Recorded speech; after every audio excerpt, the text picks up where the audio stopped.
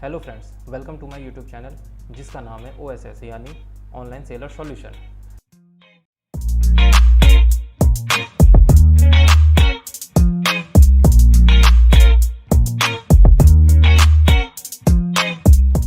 इस वीडियो में मैं आपको फ्लिपकार्ट सेलर अकाउंट के डैशबोर्ड के बारे में बताऊंगा ताकि उन सभी बिगिनर सेलर या न्यू सेलर को अपने अकाउंट को समझने में हेल्प मिल सके। तो बिना समय गवाए आपको अकाउंट के डैशबोर्ड स्क्रीन पे ले चलता हूँ। चलिए,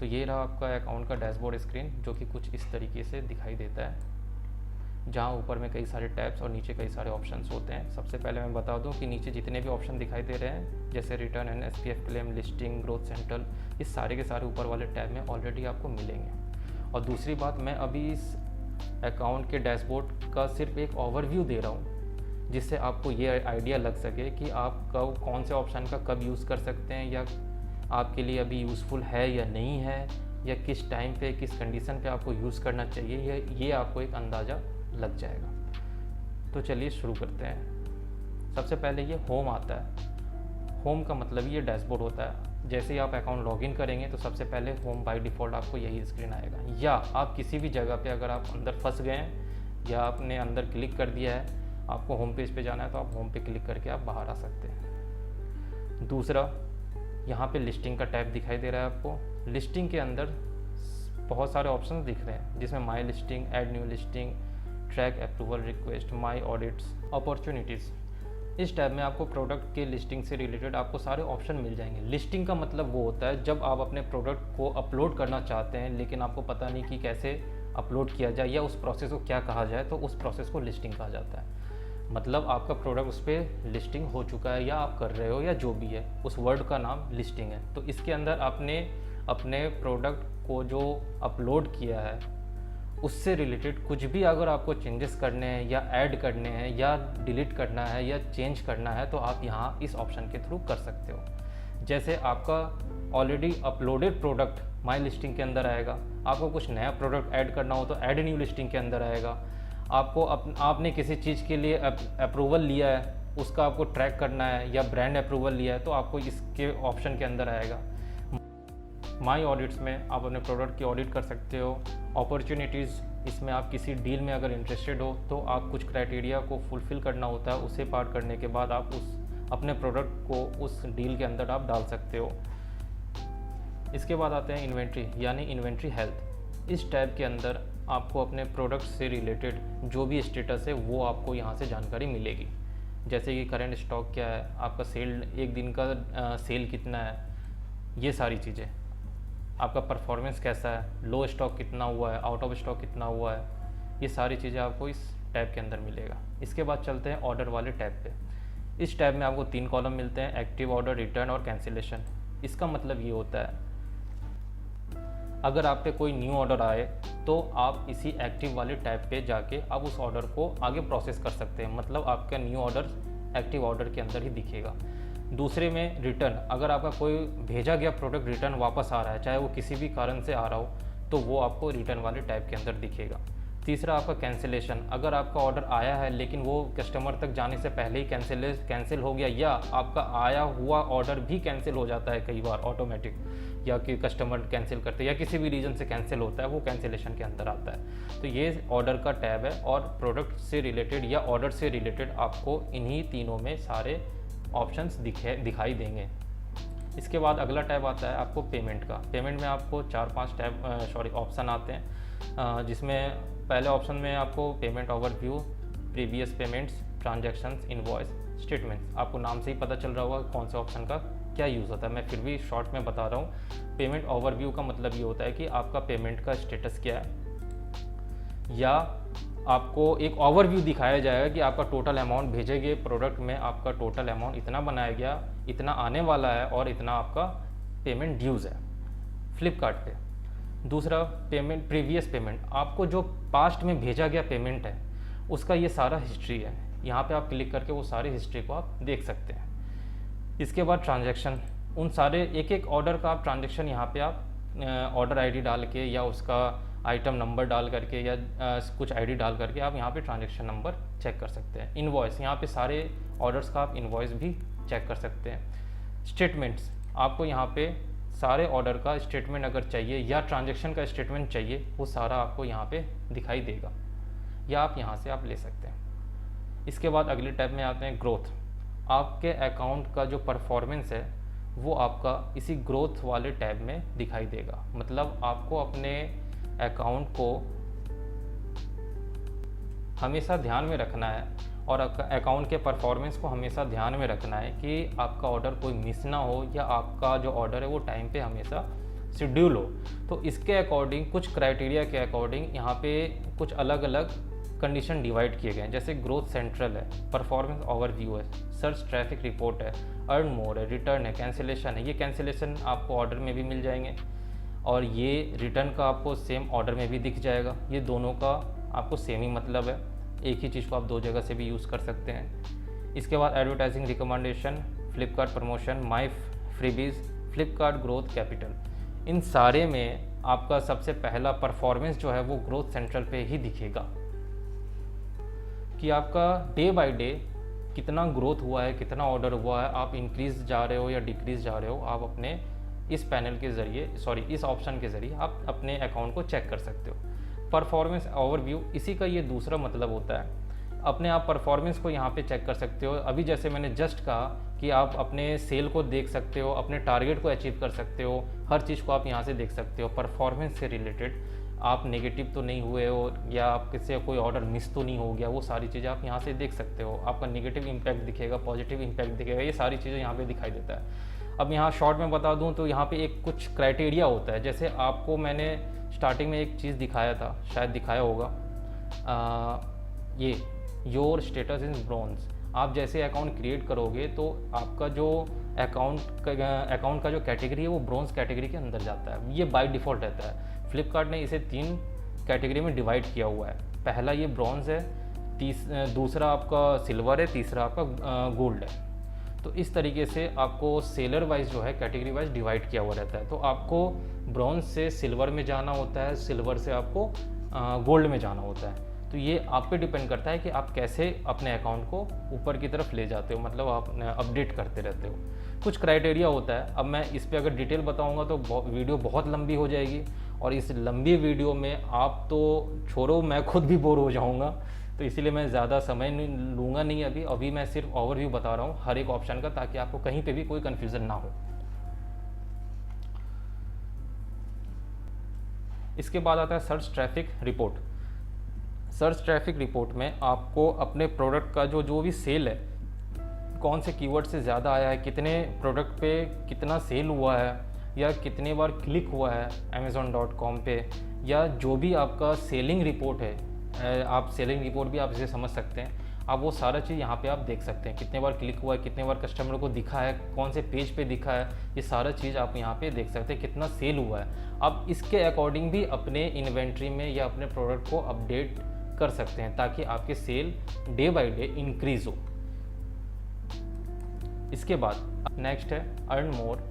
ये भी सर्च ट्रैफिक रिपोर्ट से ही सिमिलर है। आप इस चीज़ में भी, इस ऑप्शन में भी आप ये देख पाएंगे कि आपका सेल कितना है, डे बाय डे कितना सेल हो रहा है, आपका सर्च कीवर्ड काम कर रहा है नहीं कर रहा है, आपका हेल्थ कैसा है, ये सारी चीज़ें आप यहाँ से भी देख सकते हैं। इसके बाद रिटर्न, जैसा कि मैंने अभी जस्ट कहा था कि ये रिटर्न और ये ऑर्डर का रिटर्न दोनों सेम है, आप यहाँ से भी चेक कर सकते हो, वहाँ से भी कैंसिलेशन भी सेम ही है। इसके बाद आता है आपका एडवर्टाइजिंग रिकमेंडेशन। इसका मतलब होता है कि अगर आपको एडवर्टाइजिंग लगाना है, या फ्लिपकार्ट की तरफ से भी एडवर्टाइजिंग रिकमेंडेशन वो रिकमेंड करती है कि आपको किन किन प्रोडक्ट पे एडवर्टाइजिंग लगाना चाहिए। तो मेरा सजेस्ट यही रहेगा कि एज ए न्यू सेलर अगर आप अभी आए हो तो अभी आपको इस जगह पे नहीं जाना है, आपको इस कॉलम का यूज़ नहीं करना है, क्योंकि अभी एडवर्टाइजिंग लगा के कोई फ़ायदा नहीं है आपको। तो आप अभी फ़िलहाल के लिए आप इस चीज़ को स्किप करें। सिर्फ आप समझ जाइए कि इसका मतलब है सिर्फ आपका एडवर्टाइजिंग लगाना, जब आपको यूज़ में आपको लगेगा तब आप लगा सकते हैं। अगला ऑप्शन आ रहा है फ्लिपकार्ट प्रमोशन। अगर आप अपने प्रोडक्ट को प्रमोट करना चाह रहे हो या उस पर प्रमोशन लगाना चाह रहे हो तो आप इस कॉलम का यूज़ कर सकते हैं, लेकिन ये सेम एज़ वर्क एडवर्टाइजिंग की तरह ही लगभग काम करता है। मतलब कहने का मतलब आप एक तरह से अपने प्रोडक्ट को प्रमोट कर रहे हो, लेकिन एज़ पर न्यू सेलर मेरा सजेस्ट यही रहेगा कि आप फ़िलहाल आप कुछ दिनों के लिए आप इसे ना करें तो ही बेहतर होगा। बाकी आपकी मर्ज़ी, आपका अकाउंट, आपका प्रोडक्ट, आप जैसा चाहें आप वैसा कर सकते हैं। लेकिन अगर आपको ग्रोथ पाना है तो फ़िलहाल कुछ दिनों के लिए आपको ये होल्ड स्किप करना होगा, उसके बाद आप इन दोनों ऑप्शन का यूज़ कर सकते हैं और अच्छे तरीके से आप यूज़ कर सकते हैं। नेक्स्ट ऑप्शन आता है माई फ्रीबीज़ का। अगर आप अपने प्रोडक्ट पे कोई प्रमोशन लगाए हुए हैं और उसे आप चेंज करना चाहते हो, या आप उसे एडिट करना चाहते हो, या उसके वैल्यू को अप डाउन करना चाहते हो, तो आप माई फ्रीबीज़ के अंदर जाके चेंज कर सकते हैं। इसके बाद नेक्स्ट है फ्लिपकार्ट ग्रोथ कैपिटल। ये सेम एज ग्रोथ कैपिटल की तरह ही है। आपको जैसे मैंने पहले ही बताया, अगर आपको अपना परफॉर्मेंस सुधारना है या चेक करना है, या आपको देखना है कि आपका जो अकाउंट है वो किस स्टेज पे है, आप कैसे ग्रो कर सकते हो, वो सारे चीज़ आप यहाँ से कर सकते हो। इसके बाद हम अगले टैब पे आते हैं। इसके बाद आते हैं रिपोर्ट पे। रिपोर्ट पे आप जैसे क्लिक करोगे, इसके अंदर रिपोर्ट सेंट्रल मिलेगा। सेंट्रल पे जैसे क्लिक करोगे आपको यहाँ पे एक इस तरीके का स्क्रीन दिखेगा। आपको जो भी रिपोर्ट चाहिए यहाँ से आप यहाँ से सारा रिपोर्ट डाउनलोड कर सकते हो। आपका सेल रिपोर्ट कितना है, आपका कमीशन फ्लिपकार्ट का कमीशन कितना है, आपका टैक्स कितना है, जो भी यहाँ पे आप देख पा रहे होंगे जैसे स्क्रीन पे दिख रहा है। आप जैसे यहाँ क्लिक करोगे क्रिएट ए न्यू रिपोर्ट पे, आपको यहाँ पे एक कैटेगरी मिलेगा, फिर यहाँ पे सब कैटेगरी मिलेगा। आप जैसे किसी ऑप्शन को सेलेक्ट करोगे उससे रिलेटेड यहाँ पे ऑप्शन आ जाएगा। उसके बाद आप जनरेट कर सकते हो। जैसे इनवॉइस मुझे जनरेट करना है तो यहाँ पे कौन सा इनवॉइस के अंदर कौन सा इनवॉइस चाहिए, कमीशन इनवॉइस चाहिए, किस तरह चाहिए, आप यहाँ सेलेक्ट करके फिर यहाँ पे डेट रहेगा, डेट को आप चेंज भी कर सकते हो। इसके बाद यहाँ जनरेट पे क्लिक करोगे तो वो जनरेट हो जाएगा। इसके बाद अब चलते हैं एडवर्टाइजिंग पे। ये टैब वही है same as it is growth. जैसे यहाँ पे अभी थोड़ी देर पहले जैसे मैंने बताया था एडवर्टाइजिंग रिकमेंडेशन, ये फ्लिपकार्ट रिकमेंड करता है कि कौन से प्रोडक्ट पे लगाना चाहिए। इसके बाद इस कॉलम का मतलब होता है आपको किस पे लगाना है। आप अगर जिस पे लगाना चाहते हो आप इस पे क्लिक करके आप लगा सकते हो इजीली।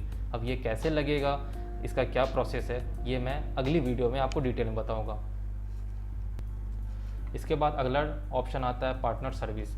आपको यहाँ पे फ्लिपकार्ट ये भी रिकमेंड करता है कि आपको अगर कोई भी सर्विसेज चाहिए, चाहे अकाउंट मैनेजमेंट से रिलेटेड हो, अकाउंटिंग से हो, एडवर्टाइजिंग से हो, कैटलॉग से हो, इमेज यहाँ पे दिखाई दे रहा है आपको, आप पढ़ भी पा रहे होंगे।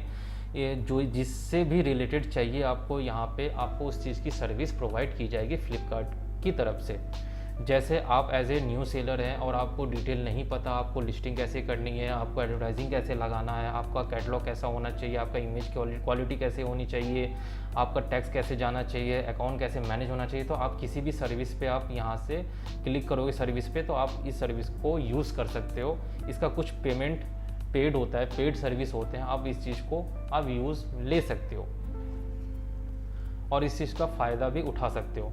लेकिन यहाँ पे आपको स्टार्टिंग में ही मैं यही सजेस्ट करूँगा, बार बार मैं यही सजेस्ट कर रहा हूँ, थोड़ी देर पहले भी मैंने बताया था कि आपको स्टार्टिंग में इन सारे ऑप्शन का यूज़ नहीं करना है। मैं यही सजेस्ट करूँगा कि आप अभी इन सारी चीज़ों को इग्नोर करें और अभी फ़िलहाल के लिए जो कुछ बातें हैं आपको सिर्फ उन्हीं पे ध्यान देना है। कुछ बातों में जैसे कि आप जैसे अकाउंट क्रिएट करते हो तो अभी आपको कहीं पे ध्यान नहीं देना, आपको सिर्फ लिस्टिंग पे ध्यान देना है। आप अपने लिस्टिंग को बढ़ाइए, अपने प्रोडक्ट को बढ़ाइए, डे बाय डे आप अपने प्रोडक्ट्स की लिस्टिंग कीजिए।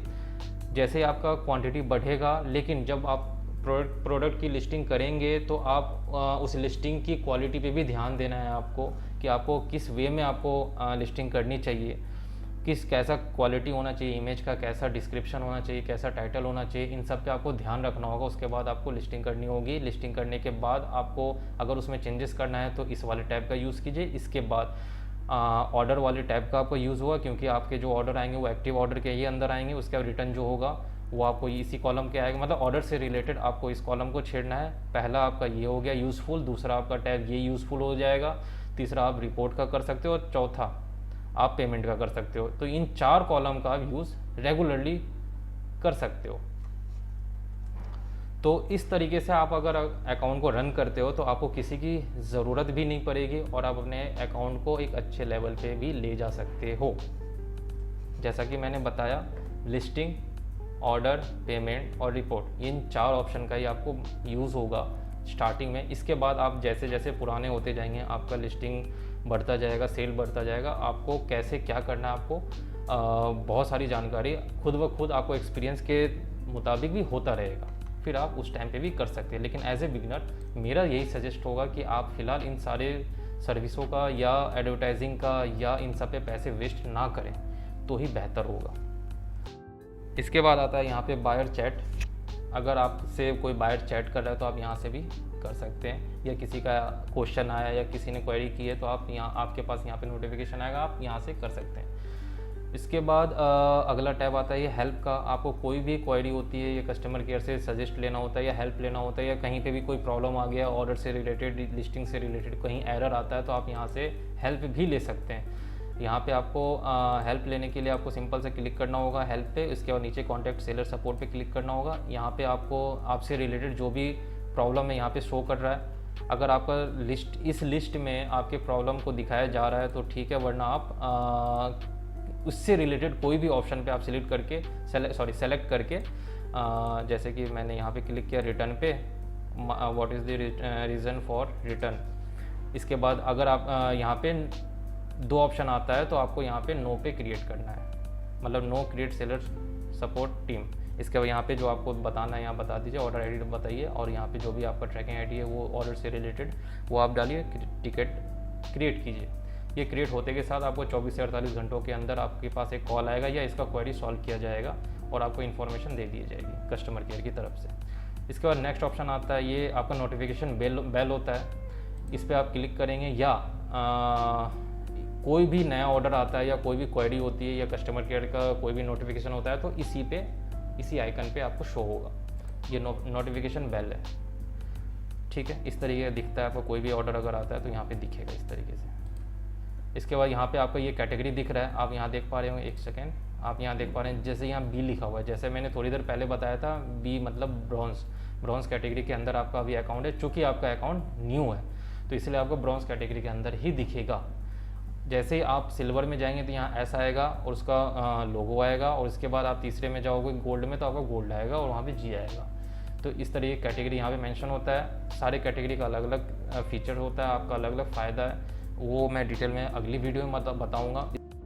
इसके बाद आते हैं प्रोफाइल वाले ऑप्शन पे। यहाँ पे आपका नाम और यहाँ पे आपका आइकन दिख रहा होगा। आप जैसे इस पर क्लिक करेंगे तो मैनेज प्रोफाइल का ऑप्शन आएगा और लॉगआउट का आएगा। तो मैनेज प्रोफाइल पे क्लिक करने पे आपको ये सारे ऑप्शन दिखेंगे। जहाँ पे आपको कोई भी चेंजेस करना हो तो आप यहाँ पे पढ़ के कर सकते हैं। अकाउंट से रिलेटेड है तो यहाँ पे चेंज कर सकते हैं, बैंक डिटेल है, बिजनेस डिटेल है, यहाँ पे आप देख ही पा रहे हैं। जो भी ऑप्शन आपको चेंज या कुछ भी एडिट करना हो तो आप यहाँ से बेशक कर सकते हैं। अब डैशबोर्ड का ओवरव्यू यहीं पे ख़त्म होता है। अगर आपको इसके अलावा भी कोई क्वेरी या डाउट या क्वेश्चन होता है तो आप कमेंट बॉक्स में आप पूछ सकते हैं। Thank you for watching this video. अगर आपको ये वीडियो अच्छी लगी तो लाइक, कमेंट और शेयर करें और सब्सक्राइब करना ना भूलें और बेल आइकॉन को ज़रूर दबाएं ताकि अगली वीडियो में जब भी अपलोड करूँगा, डिटेल में अपलोड करूँगा तो आपके पास वो उस चीज़ का नोटिफिकेशन आ जाए। Thank you so much.